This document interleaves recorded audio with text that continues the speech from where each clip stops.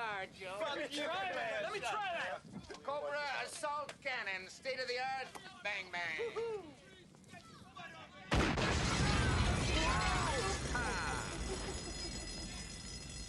I like it.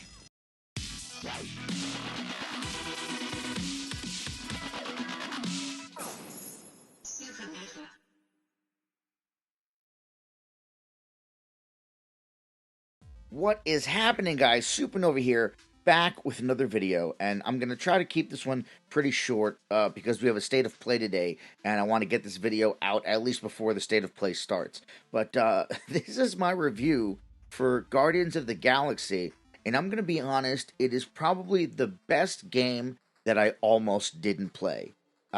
Is it Game of the Year? No, not by any means. Is it a fucking amazing game? No. But it's still a great game. It's a lot better than I thought it would be.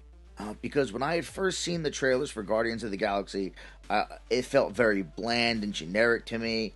It just looked like something that I was like, yeah, no, this looks like trash. Especially coming off of my experience with Avengers.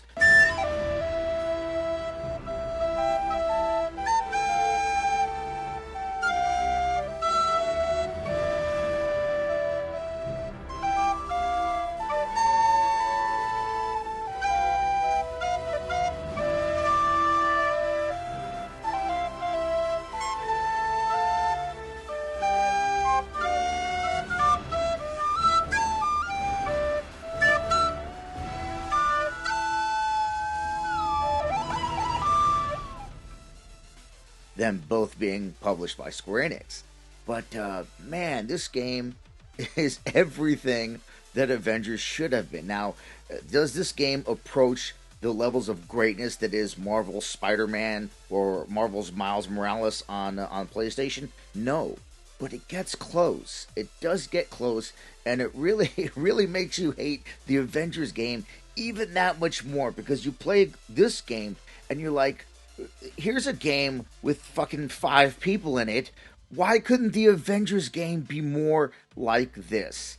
And the quick answer, of course, is that Avengers was a fucking piece of shit, bullshit live service game designed with the intention of being a game that has residual income for the publisher, right? A game that's just gonna continue to make money till the end of time because it's a live service game with microtransactions. Whereas Guardians of the Galaxy has no microtransactions. It is a traditional game in every sense of the word, and because of that, it's a good game. Listen, fucking live service, mini ranter, live service games. Sure, there are a couple of them that are good. Sure, there are a couple of them that kind of do their thing without disrupting, gaming too much. But when a lot of publishers try to make this game live service or that game live service, what ends up happening is the game suffers because of it. Avengers is a great example of a game suffering because they tried to make it a live service game, where it could have been a great game had they made it a more traditional game in every sense of the word, just like Guardians of the Galaxy. So let's start with what is Guardians of the Galaxy. Guardians of the Galaxy is a third-person action-adventure game that has you going on this romp all throughout the galaxy, trying to figure out how to stop this force that's basically taking over everything. Now, this game doesn't use the likenesses of the actors from the movies. It doesn't use their voices, and I was really worried that I was going to feel like these characters were not the same, right? Like, I was going to really feel this disconnect between these Guardians of the Galaxy and the Guardians of the Galaxy that I know from the movies. Just like with the Avengers game. Like, when I played the Avengers game, none of them felt like the Avengers that I knew. None of them, right? And even though in Guardians of the Galaxy the voices are different and they look different, the characters for the most part are the same. When it comes to Drax and his very literal sense of humor, where things just fly over his head because he doesn't understand sarcasm, right? Everything to him is super literal. The way that the characters argue and talk shit with each other, the way Rocket's always being just an asshole, right? The characters still very much feel like the same characters, which is great.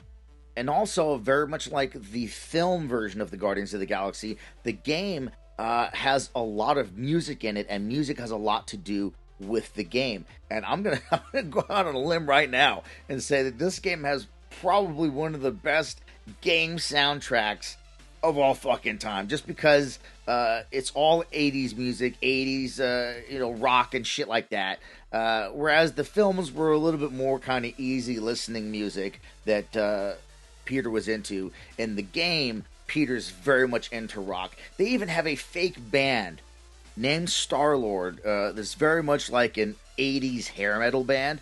And dude, if Star-Lord were a real band, I would buy their fucking albums. Like, it's a good fake band. It's kind of like how Death Clock is one of the best made-up metal bands of all fucking time. Like, if you haven't seen Metalocalypse, it's about this band, Death Clock. It's a fake band. It's not a real band. But they have music and albums and shit you can buy of this fake metal band that's one of the best metal bands fucking ever, and they're not even a real band. Same thing with Star-Lord. Star-Lord is such a good band, even though they're fucking fake. But when it comes to, like, the music in the game, just fucking listen to some of this shit. Never Gonna Give You Up, Rick Astley. Kickstart My Heart, Motley Crue. Turn Me Loose, Loverboy. Holding Out for a Hero, Bonnie Tyler. Wake Me Up Before You Go, Go Wham. Don't Fear the Reaper, Blue Oyster Cult. Turn Up the Radio, Autograph. White Wedding, Billy Idol. Hit Me With Your Best Shot, Pat Benatar. Everybody Have Fun Tonight, fucking Wang Chung, Rock Till You Drop, Def Leppard.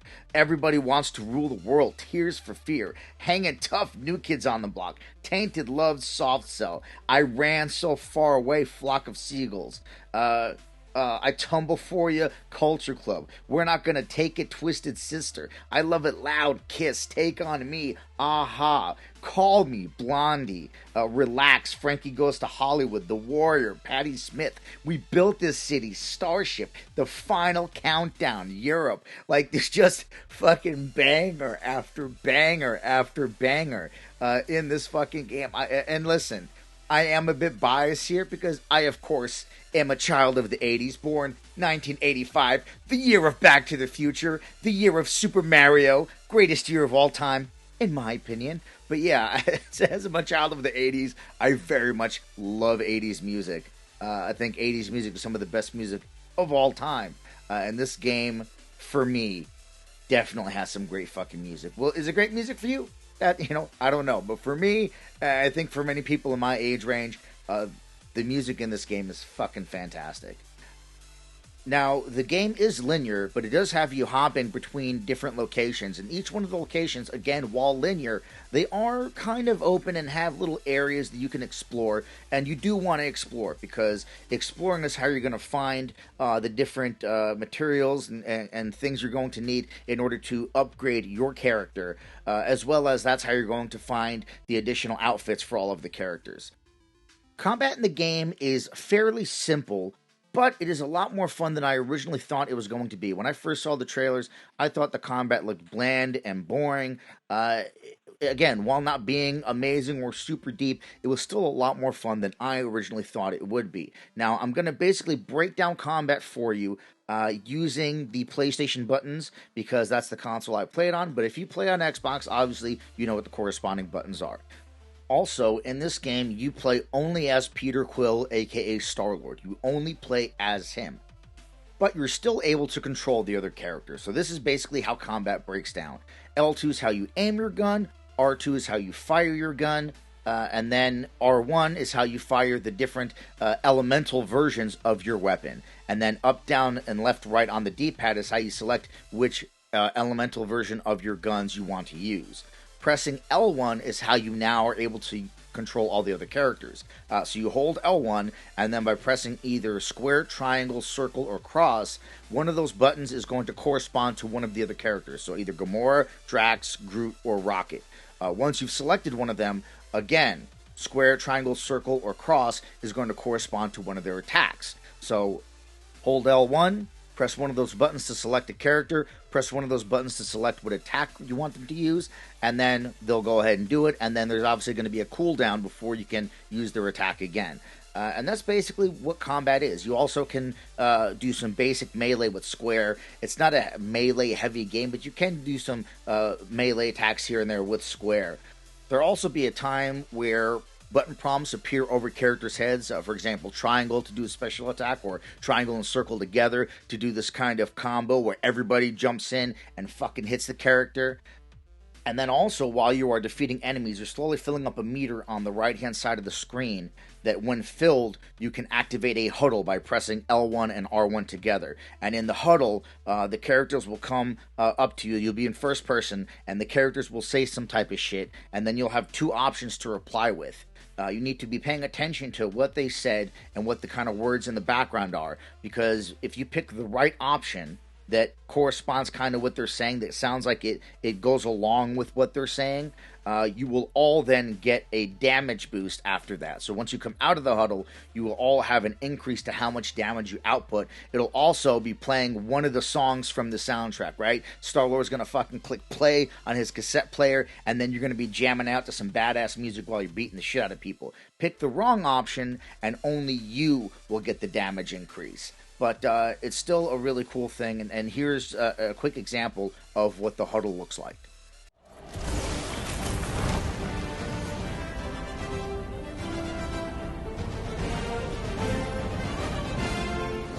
Guys, huddle up!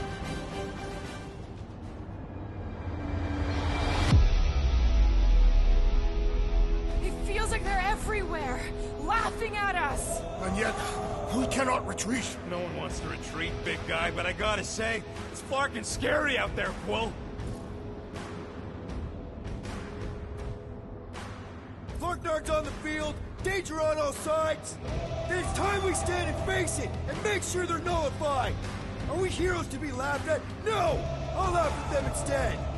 Who's with me? I am with you, Peter Quill. Yes! Great!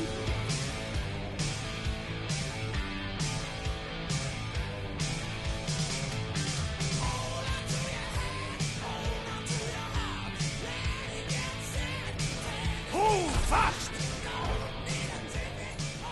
Hold them down, crew! And also, while you're in combat, you have a kind of combo meter of sorts that is kind of like Devil May Cry, where you've got different levels. You've got a level that's incredible, or uncanny, or amazing, and then marvelous being the highest level. If you stop hitting enemies or stop attacking enemies before they're all dead, the meter will slowly start to deplete, so you want to keep it maxed out in the marvelous range, because that's how you're going to earn your ability points. That's how you earn your XP, basically. And that XP, as you level up, is how you get points to then spend to purchase additional abilities for the other characters. Because right off the bat, all you're going to have is one ability for each character. So keep the meter high, get more points, purchase more abilities. Graphically, it's not a bad-looking game. I heard SkillUp say that it's the best-looking game this year, in his opinion. Like, he said that, it was between this and Ratchet & Clank, and in his opinion, this is the best-looking game this year. I'd like to know what galactic crack that man is smoking, because there's no way this is the best-looking game this year. Is it a bad-looking game? Not by any means, right? It's a good-looking game. It looks very much like the cross-gen game that it is. But in no place is this game pushing the boundaries of graphical fidelity for video games. In no way is it pushing what we see in video games from a graphics perspective. It's very much a good-looking cross-gen game. Nothing bad about it, although I will say some of the fire... like, this shit is jank as fuck. Like, this SkillUp is the best-looking game of the year. The fuck out of here. But this jank-ass fire aside, good-looking game, right? And it runs smooth. I played it, I guess, in whatever the default mode is, which is at 60 frames per second. It ran smooth. I didn't really notice any hiccups or bumps in the frame rate, but I'm not Digital Foundry. I'm not tracking that shit. If there were drops or frame rate issues, it wasn't anything that was so egregious or out of control that I noticed it. So I would say overall the game ran and looked great. Voice acting also for the game is great. Is it the best voice acting we've ever seen? No. Are they going to get nominated for any awards for voice acting? Probably not. But the voice acting is competent, done well. And the relationships between the characters and their banter and stuff, it's believable. It feels like you're watching the movie. Like I said, they do a real good job at kind of mimicking the atmosphere and the relationships that you have in the movie. So the voice acting is good, as are the character and enemy animations. I never really saw anything where I was like, "Yeesh, that looks kind of fucking weird or jank." Aside from one kind of flashback brain trip deal that you have between Star-Lord and his mom, where like she's trying to hug you and you're like trying to push away, and it's this weird kind of, I don't know why, like the way they did it just felt kind of strange. But outside of that one area, animations throughout the game look good. There again, nothing this game does is like, holy fuck, that's amazing, but it does everything competently. It does everything well, which is unfortunately more than I can say for a lot of games that have come out in recent years, but fortunately is one that I can say for this game. There's also several points throughout the game where you're given dialogue options, right? You'll have a conversation with a character and you're given options of different things to say. And actually, and I didn't know this till I talked to my buddy, depending on what you say, it can change what happens in the game. For example, there was an entire level where my experience was very different than my friends because I chose different dialogue options than he did. Is it to the level of like a David Cage game, like Detroit Become Human, where you've got all the branching pathways? No, it is not that in-depth. But there are going to be options that are given to you that, depending on what you choose, you're going to have a different experience than somebody else, which adds to a little bit of replayability to the game. Also, for the most part, there are no wrong answers, but there are some times where the answer is wrong, right? Where you can give a wrong answer. I would say 95% of the time, no matter what option you pick, it's going to be the right option. It's just going to take you in a slightly different direction. But there are a few cases where there is only one correct answer. And in one specific instance, for me not doing the right thing or not choosing the right option took me immediately to the fucking end credit screen. It just started rolling end credits and then gave me the option to rethink my decision and then brought me back to where the decision could be made, right? So, again, most of the time, you pick any option, doesn't matter. Sometimes, though, you need to pick the right option. Also, for the most part, you're given all the time in the world to decide, do I want to say this or say that? But there are a few times where you're on a time limit. You're on the clock, and it's like, you need to hurry up and make a fucking choice. And all of that is cool because, like I said, it adds replayability to the game. I also find that it makes you a little bit more conscious about the decisions you're making and about the things you're saying. Because, like I said, sometimes it will actually affect the game. The game's also not a very short game. It's not a long game by any means. I would say it's the average length that you would get for a game of this kind. 12 to 15 hour range, which for me is not bad. Like a 12 to 15 hour single player, story driven action adventure game, 12 to 15 hours, I'm perfectly fine with. Is that for you? I don't know. Some people, they don't want to spend $60 unless it's a game they're going to put hundreds and hundreds of hours into. I'm not that type of person. A 12 to 15 hour experience, I'm more than willing to spend $60 on that if the experience is good, right? And for me, this game was a good 12 to 15 hour experience that I don't regret spending my $60 on. The game also has a New Game Plus mode, adding another layer of replayability to the game. But overall, Guardians of the Galaxy is a game that, like I said, a lot better than I thought it was going to be. I thoroughly enjoyed my time with the game. It's also cool that you could unlock outfits for the characters that make them look like the movie versions, right? Like there is an outfit for each one of the characters that's Guardians of the Galaxy 2014, where even though in the face they don't look like the characters from the movie, they're wearing the same costumes and outfits as the characters from the movie. Which honestly, for a second led me to think, like, why not just get the characters from the movie, right? Like, they have the characters pretty much acting the same as they do in the movie. So it's not like the characters are a drastic different version from what they are in the movie. They're doing shit in the game like they would be doing in a movie. You can get them wearing the costumes like they have in the movie. Really, the only thing that's missing is getting the actors themselves to do the voice acting and using their likenesses. Like, this very easily could have been a Guardians of the Galaxy game that had the Guardians of the Galaxy we know from the movie. And honestly, I think that that game would have had far more mass appeal than this game. Would it have made the game any better? I don't know. Probably not necessarily. But I think it definitely would have broadened the mass appeal of the game.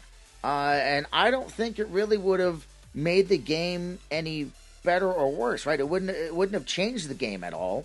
It just would have been the Guardians of the Galaxy we know from the film. There's no reason why we can't take the film versions and put them in games. We're at the point now where games as a medium, in my opinion, are even better at telling stories than movies. So why separate the game from the movie? We can have a Guardians of the Galaxy game that is a continuation of the movies, or is, the same characters we know from the movies. And I understand the reasons why they don't. It's obviously a lot cheaper to not have to pay to use the characters' likenesses. But it would have been cool to see. Or if the outfits changed the likenesses just for that particular outfit. But even not having the characters' likenesses, even not having the original actors from the movie doing the voices, this, again, is still very much the Guardians of the Galaxy you know from the movies. It's the same characters. And for me, this game is a great game. It's a lot better than I thought it was going to be. And that's not me saying it's great because the bar for me was so low. Even if I had decent expectations for the game, this game exceeded those expectations. It's a fantastic game all around. Again, is it Game of the Year contender? No, it is not a Game of the Year contender for me. But it's a fantastic game that I would happily recommend to anyone looking for something to play this month or this holiday. So for me, I don't really like giving numbers to games because I always tell people, like, a 6 to me could be an 8 to you, or a 9 for me could be a 7 to somebody else. But if I had to give a number to the game, I would give it a solid 7.58. Like I said, it's a game that I would gladly recommend to anyone, especially if you're the type of person that likes third-person games, action-adventure games, games that have a little bit of exploration, narrative-driven games. This is very much a game for you. Or if you're someone that just really likes the MCU or is into Guardians of the Galaxy, you will enjoy this game. I think that this game, I hope it performs well, because I think this game should get a sequel. This game is very, very sequel-worthy, and if they made a sequel to this game, I would happily fork over my cash for that game. If they make another Avengers game, they can suck my dick. They can fucking blow me if they make another Avengers game, which they're not, because it's a live service game that's just going to evolve over time. Fuck that game. But if they were to make a second Guardians game or announce a Guardians 2, day one, I'm there, because I thoroughly enjoyed my time with this game. And that's all I got for you guys on this one. And that's the video, guys. Let me know what you think down in the comments. Have you played the game? What are your thoughts? And as always, feel free to like, share, and subscribe, and I'll catch you guys on the next Supernova.